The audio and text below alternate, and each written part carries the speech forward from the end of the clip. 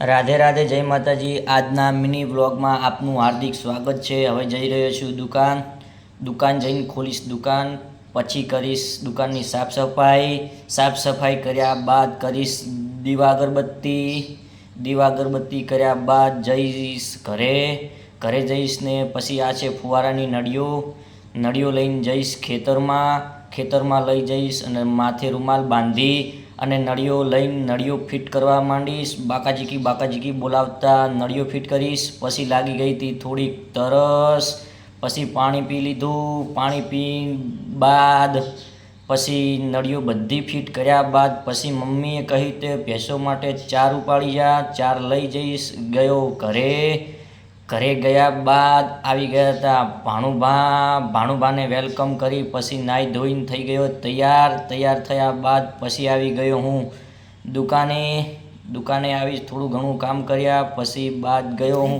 ફરીથી ઘરે જઈને પછી આવી ગયા એરંડા ભાણુભાને રણજીતસિંહ કાપતા હતા।